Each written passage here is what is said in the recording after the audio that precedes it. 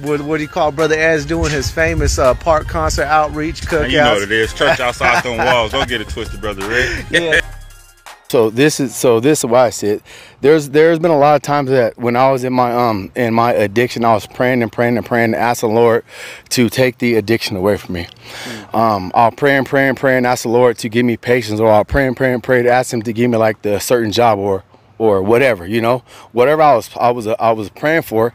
I was expecting for the heavens to open up, and then He was gonna give it to me. It don't work like that. It does not work like that. Tell us how it works. So the way it works is, if you're praying for something, He's going to give you the opportunity to get it.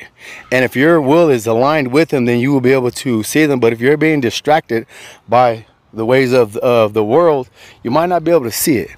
So I love that. Now, you guys spoke on some very powerful things. I want to pass the mic back to you because you had some things to say about marriage in your message here. I haven't had a perfect marriage. I've had a rocky marriage, and I know tons of guys, tons of women, and you know, I mean, the statistics, yes. right? Yes. Yeah, and that's powerful for you to share that because you know there's a lesson in all of that. I have a book coming out too about divorce. And we'll get that. Yes, she has a book out. Well, let me ask you guys this question because I think this is important. The question of when you enter into marriage, you enter into an agreement, and you feel sometimes that, like, if the other person isn't holding up to their part of that agreement, then I'm going to look for it outside of my marriage. That's good. Talk about that. Talk about the dangers, the preventions, and some wisdom on that, okay? I will, definitely. Yeah, my husband. No, we're going to be real because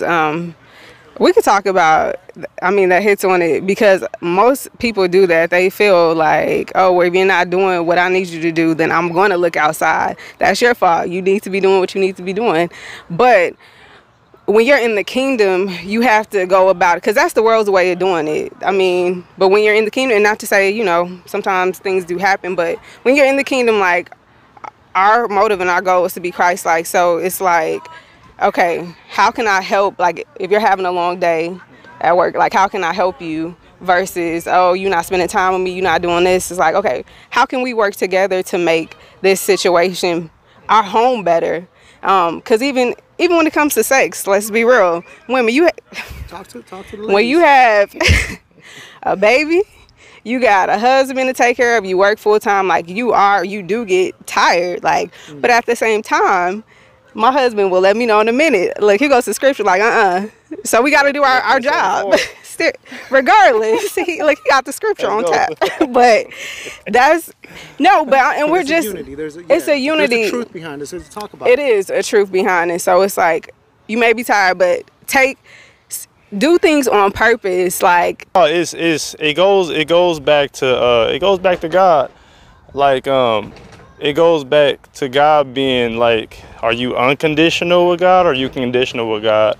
I can't sit here and I love my wife and say, oh, just because you're doing this, I gotta be a certain way.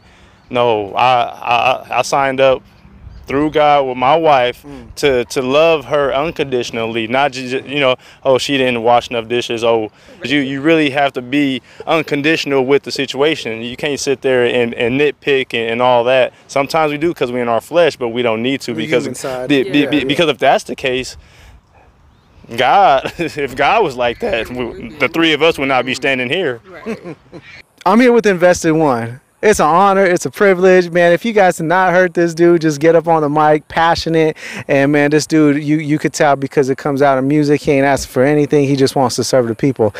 Tell me a couple of negative lies that the devil told you and that you were speaking while you were in the worldly rap.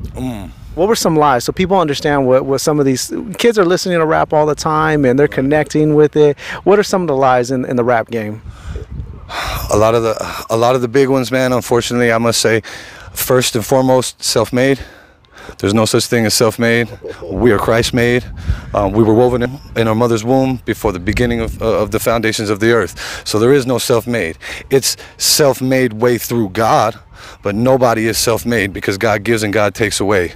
If you're not faithful to your relationship, to your friendships, to the people that are there for you, you're lying to yourself and believing that God has blessed you with an opportunity to use your platform to speak about things that are evil. And what you say and what you do, worshiping money, worshiping infidelity, calling, you know, women less than, calling other people's creeds, colors, putting them down on things that are physical and not spiritual, to say that somebody is better than somebody. Those are all lies, man. That swag is false. That swag is fake. You know, it's all borrowed cars and borrowed money and paying entourages, and it's all a facade to say that you're self-made. You're not self-made. God gives you everything. You have to use that opportunity. Who else you know banging Christ in a prison, repping on the yard or serving out a sentence? See, it's my mission. This is what I was made for. You not saved, you'll be begging like the poor. When the flames hit your feet and it's melting your pores. When it's too late to pray and you're about to get yours. Tats cover scars. I've been beaten enough.